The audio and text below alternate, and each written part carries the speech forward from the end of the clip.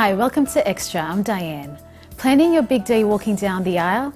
Today we find out more about a wedding expo. We have our usual movie review and we've got major health stories as well. My cell phone doesn't get very good reception. As you can see right now, well, we're at 1 bar. That's pretty good. But I'm going to try to improve that by making a simple external antenna. So just slide the back off cell phone. This cell phone appears to have 2 places where you can hook up an external antenna. These were covered in a little round piece of black tape. I've already removed that. So what I'm going to do is I'm going to just use some of this magnet wire. It's really thin wire, and first I'll just cut a length of it. And this has an enamel protective coating. It's not like plastic or rubber like a normal wire. So I'll just use some emery cloth, or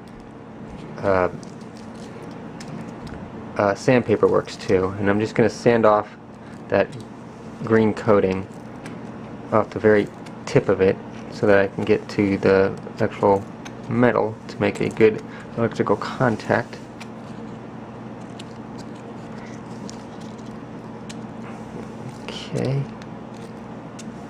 Okay, that looks pretty good. I got some bare wire exposed there. Just stick it in. You'll see there's a little hole in there. Stick it in. Oops. Get it in there and then bend it up. Okay. And now I'm going to cut this to length. And what I'm looking for is a length of about 6.3 inches. And that corresponds to 1/4 of a wavelength of what the cell phone will receive signals on. So I'll just cut that to length. Okay, like that. And then to hold it into place, I'll just use some transparent tape. I'm holding that with my finger. It's a small little piece. Put that right over that. Okay, you can slide the back on. Let's see. Like that. And now we're up to 3 bars. From 1 bar, actually it was 0 bars before I started recording, but then it went up to 1. So from 0 to 1 bars, now up to 3 bars.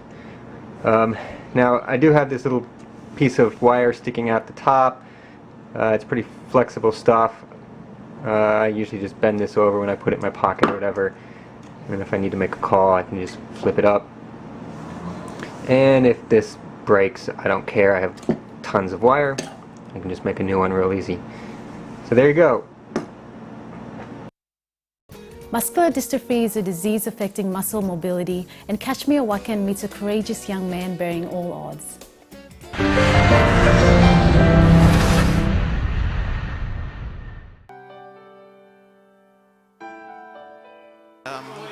I've got this sickness called muscular dystrophy. What is muscular dystrophy? Muscular dystrophy is a disease in which the muscles of the body get weaker and weaker and slowly stop working.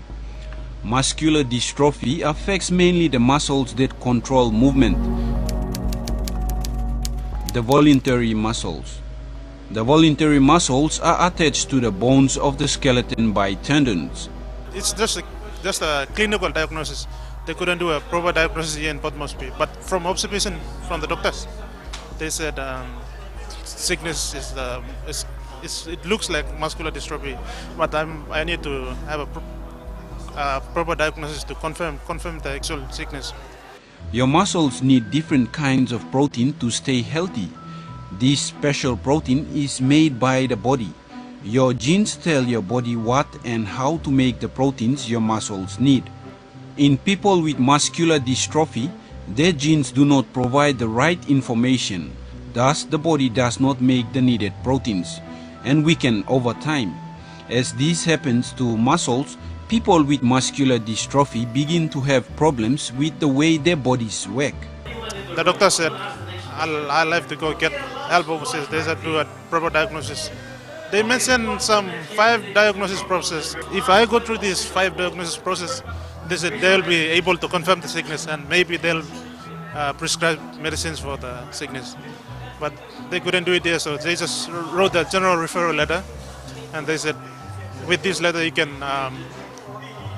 go seek help overseas. Muscular dystrophy can appear in infancy up to middle age or later, and its form and severity are determined in part by the age at which it occurs. Kids with muscular dystrophy develop this disease over time and usually between infancy and teenage. Most muscular dystrophy cases are developed during early teenage to late teenage. Once found out in early teenage, a patient can be treated through physiotherapy procedures. So basically, I'm thinking of going to the Philippines, and I've actually forwarded those medical reports and to a hospital, and they said after the diagnosis, if they see that the sickness needs to